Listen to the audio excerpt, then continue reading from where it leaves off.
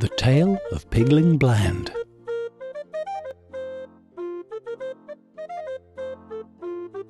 By Beatrix Potter. Once upon a time there was an old pig called Aunt Petitoes. She had 8 of a family, 4 little girl pigs called Crosspatch, Suck-Suck, Yock-Yock and Spot, and 4 little boy pigs called Alexander, Pigling Bland, Chin-Chin and Stumpy.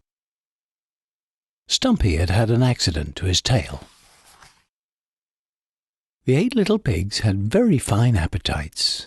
"Yus, yus, yus, they eat, and indeed they do eat," said Aunt Petitoes, looking at her family with pride.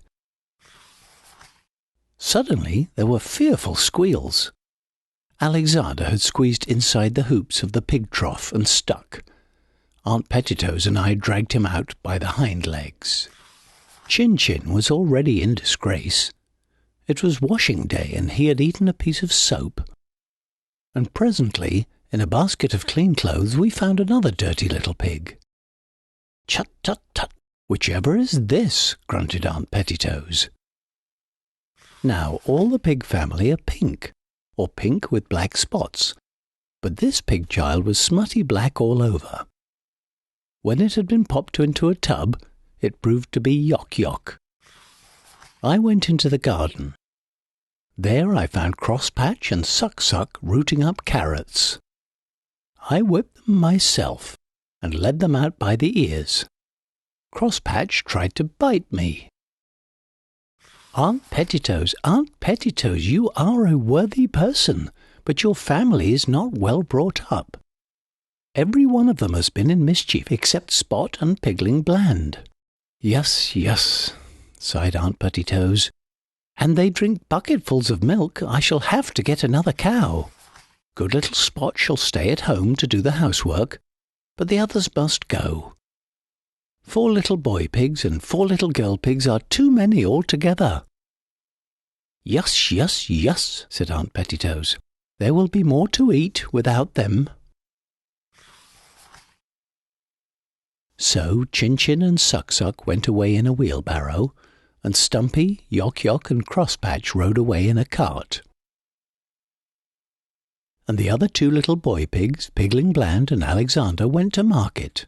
We brushed their coats, we curled their tails and washed their little faces, and wished them good-bye in the yard. Aunt Petitoes wiped her eyes with a large pocket handkerchief. Then she wiped Pigling Bland's nose and shed tears. Then she wiped Alexander's nose and shed tears. Then she passed the handkerchief to Spot. Aunt Petitoes sighed and grunted and addressed those little pigs as follows. "Now, Pigling Bland, son Pigling Bland, you must go to market. Take your brother Alexander by the hand, mind your Sunday clothes, and remember to blow your nose."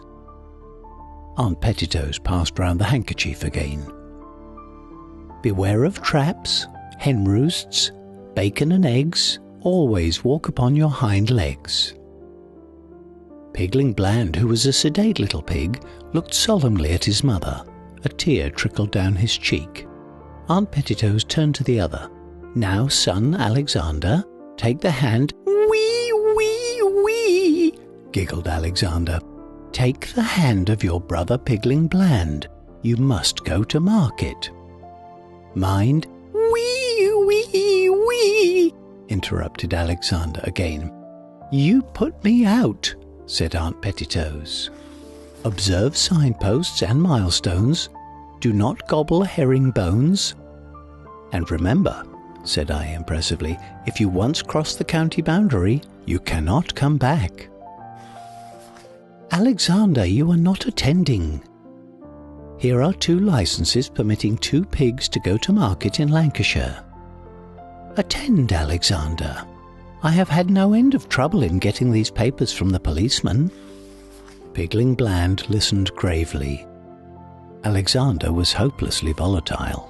I pinned the papers, for safety, inside their waistcoat pockets.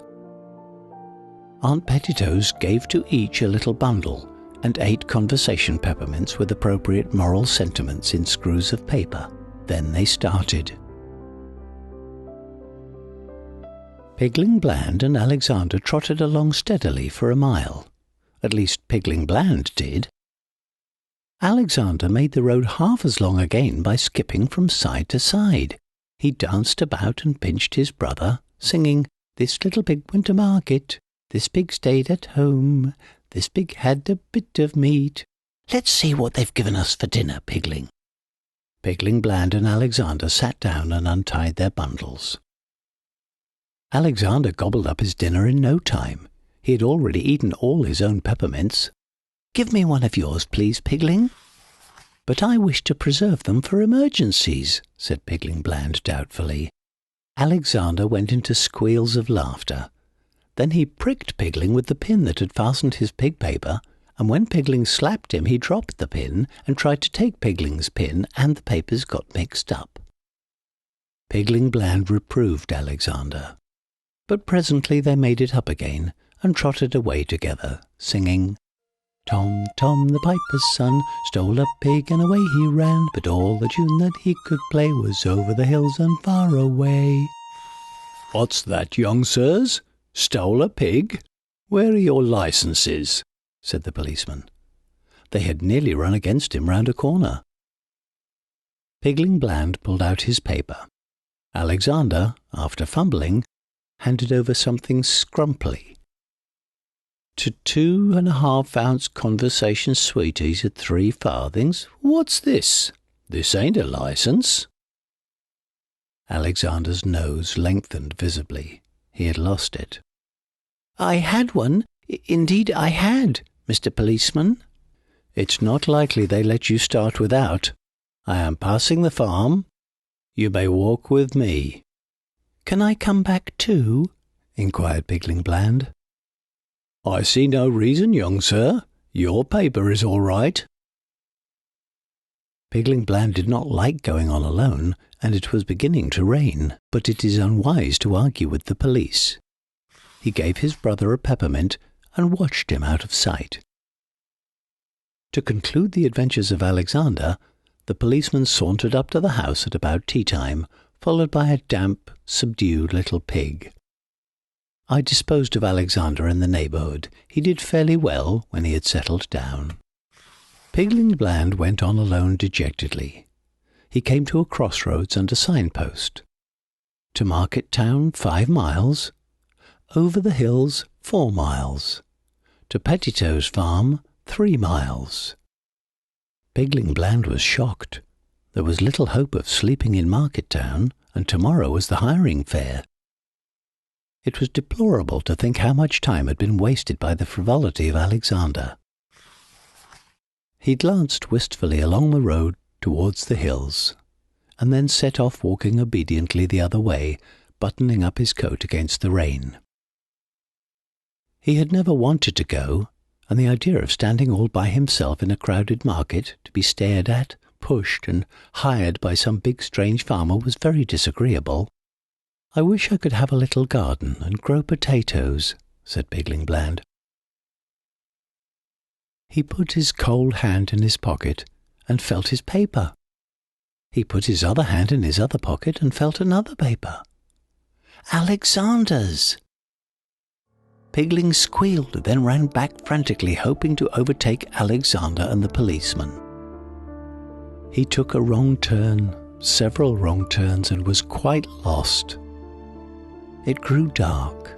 The wind whistled, the trees creaked and groaned. Pigling Bland became frightened and cried, "Wee, wee, wee!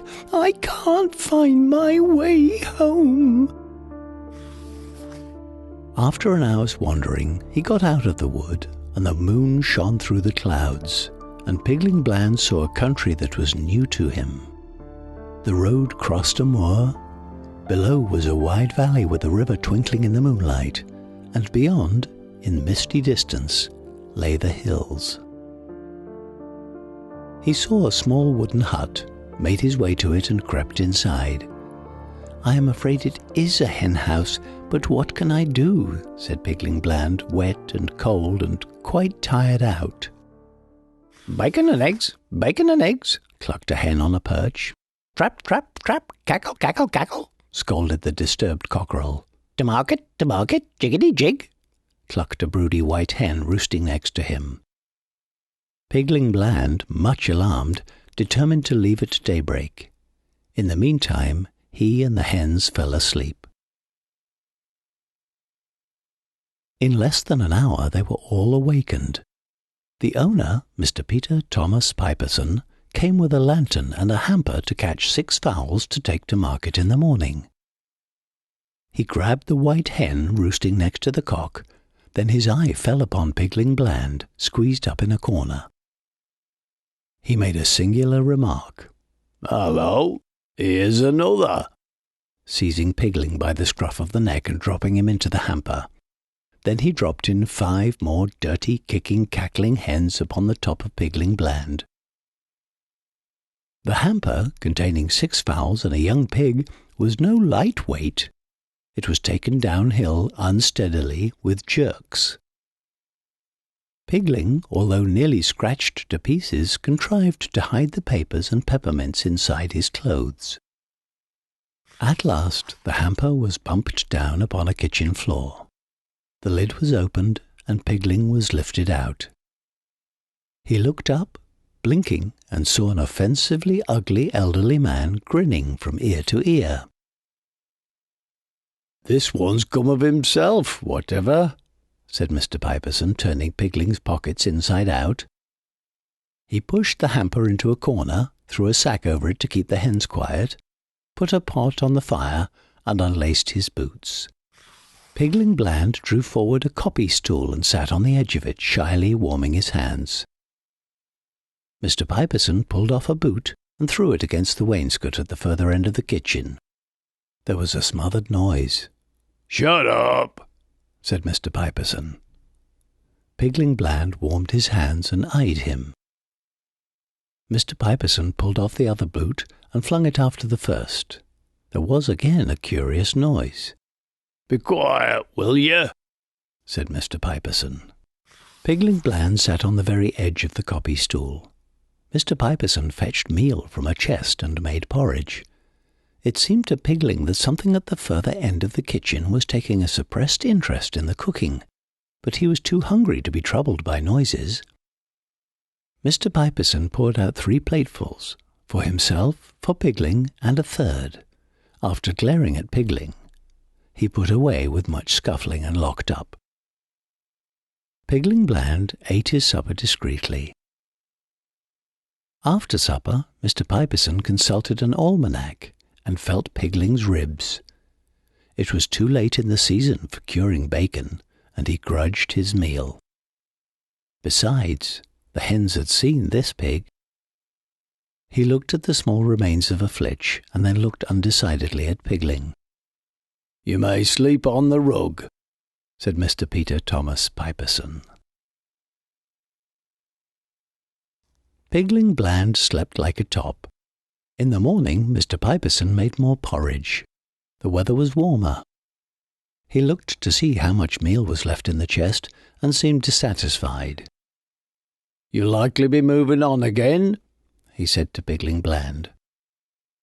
Before Pigling could reply, a neighbour, who was giving Mr. Piperson and the hens a lift, whistled from the gate. Mr. Piperson hurried out with the hamper, enjoining Pigling to shut the door behind him and not meddle with naught, or "I'll come back and skin ye," said Mr. Piperson. It crossed Pigling's mind that if he asked for a lift too, he might still have been in time for market.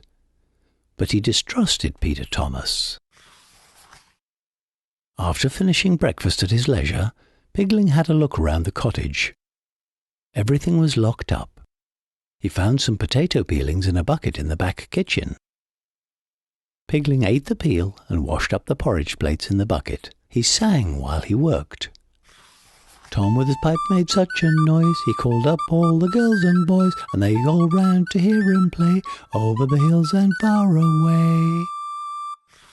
Suddenly a little smothered voice chimed in. "Over the hills and a great way off, the wind shall blow my top knot off." Pigling Bland put down a plate which he was wiping and listened. After a long pause, Pigling went on tiptoe and peeped around the door into the front kitchen. There was nobody there. After another pause, Pigling approached the door of the locked cupboard and snuffed at the keyhole. It was quite quiet. After another long pause, Pigling pushed a peppermint under the door. It was sucked in immediately. In the course of the day, Pigling pushed in all his remaining 6 peppermints. When Mr. Piperson returned, he found Pigling sitting before the fire. He had brushed up the hearth and put on the pot to boil. The meal was not get-atable. Mr. Piperson was very affable. He slapped Pigling on the back, made lots of porridge, and forgot to lock the meal chest. He did lock the cupboard door, but without properly shutting it. He went to bed early and told Pigling upon no account to disturb him next day before 12 o'clock. Pigling Bland sat by the fire eating his supper. All at once at his elbow a little voice spoke. "My name is Pigwig. Make me more porridge, please." Pigling Bland jumped and looked around. A perfectly lovely little black Berkshire pig stood smiling beside him. She had twinkly little screwed-up eyes, a double chin, and a short turned-up nose. She pointed at Pigling's plate. He hastily gave it to her and fled to the meal chest. "How did you come here?" asked Pigling Bland. "Stolen," replied Pigwig with her mouth full. Pigling helped himself to meal without scruple. "What for?" "Bacon, hams," replied Pigwig cheerfully. "Why on earth don't you run away?" exclaimed the horrified Pigling. "I shall after supper," said Pigwig decidedly. Pigling Bland made more porridge and watched her shyly. She finished a second plate, got up and looked about her as though she were going to start. "You can't go in the dark," said Pigling Bland. Pigwig looked anxious. "Do you know your way by daylight?" "I know we can see this little white house from the hills across the river. Which way are you going, Mr. Pig?" "To market. I have 2 pig papers. I might take you to the bridge if you have no objection," said Pigling, much confused and sitting on the edge of his copy stool. Pigwig's gratitude was such, and she asked so many questions that it became embarrassing to Pigling Bland. He was obliged to shut his eyes and pretend to sleep. She became quiet, and there was a smell of peppermint. "I thought you had eaten them," said Pigling, waking suddenly. "Only the corners," replied Pigwig, studying the sentiments with much interest by the firelight. "I wish you wouldn't. He might smell them through the ceiling," said the alarmed Pigling. Pigwig put back the sticky peppermints in her pocket. "Sing something," she demanded. I am sorry. I have toothache," said Pigling, much dismayed. "Then I will sing," replied Pigwig. "You will not mind if I say iddity-tiddity. I have forgotten some of the words." Pigling Bland made no objection. He sat with his eyes half shut and watched her. She wagged her head and rocked about, clapping time and singing in a sweet little grunty voice. "A funny old mother pig lived in a sty, and 3 little piggies had she. Tiddity iddity, umph, and the little pig said, wee, wee." She sang successfully through 3 or 4 verses, only at every verse her head nodded a little lower and her little twinkly eyes closed up. "Those 3 little piggies grew peaky and lean they might very well be, for somehow they couldn't say umph, and they wouldn't say wee, wee, wee, for somehow they couldn't say—" Pigwig's head bobbed lower and lower until she rolled over, a little round ball, fast asleep on the hearth-rug. Pigling Bland, on tiptoe, covered her up with an antimacassar. He was afraid to go to sleep himself, For the rest of the night he sat listening to the chirping of the crickets and to the snores of Mr. Piperson overhead. Early in the morning, between dark and daylight, Pigling tied up his little bundle and woke up Pigwig. She was excited and half frightened. "But it's dark. How can we find our way?" "The cock has crowed and we must start before the hens come out. They might shout to Mr. Piperson." Pigwig sat down again and commenced to cry. "Come away, Pigwig. We can see when we get used to it. Come, I can hear them clucking." Pigling had never said shoo to a hen in his life, being peaceable. Also, he remembered the hamper. He opened the house door quietly and shut it after them. There was no garden. The neighbourhood of Mr. Piperson was all scratched up by fowls. They slipped away hand in hand across an untidy field to the road. The sun rose while they were crossing the moor, a dazzle of light over the tops of the hills. The sunshine crept down the slopes into the peaceful green valleys, where little white cottages nestled in gardens and orchards. "That's Westmoreland," said Pigwig. She dropped Pigling's hand and commenced to dance, singing, "Tom, Tom, the piper's son, stole a pig and away he ran, but all the tune that he could play was over the hills and far away."